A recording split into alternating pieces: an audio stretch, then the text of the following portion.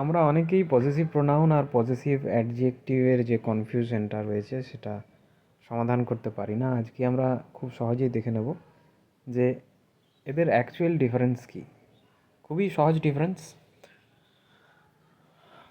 আমরা দেখতে পাবো যে বাঁ দিকে যে ছবিটা রয়েছে পজেসিভ অ্যাডজেক্টিভ কোনগুলো আমরা লিখেছি my, your, his, her, its, our, there.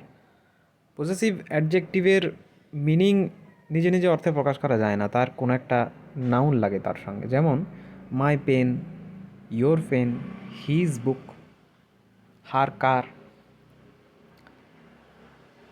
This is my book, নিচে আমরা যেমন উদাহরণ দেখতে পাচ্ছি দিস ইজ হার কার। তাহলে সিম্পল একটা সূত্র যে পজেসিভ অ্যাডজেক্টিভের জন্য একটা নাউন, অর্থাৎ এই যে পজেসিভ অ্যাডজেক্টিভ আছে সেটা এর পরে একটা নাউন বসে। ডান দিকে আমরা দেখতে পাবো possessive pronoun mine, yours, his, hers, ours, their. এগুলো নিজে নিজেই নিজেদের অর্থ প্রকাশ করতে পারে, এদের পরে কোনো নাউন লাগে না।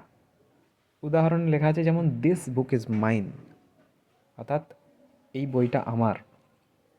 This book is mine, that car is hers, এটা তার গাড়ি।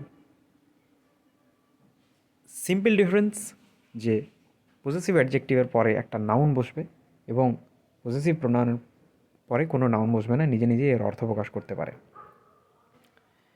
কি রুল আমরা, if a noun comes after the adjective, if a noun comes after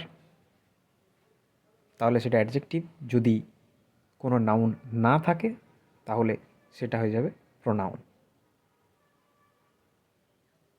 ভালো লাগলে চ্যানেলটিকে সাবস্ক্রাইব করে দিন।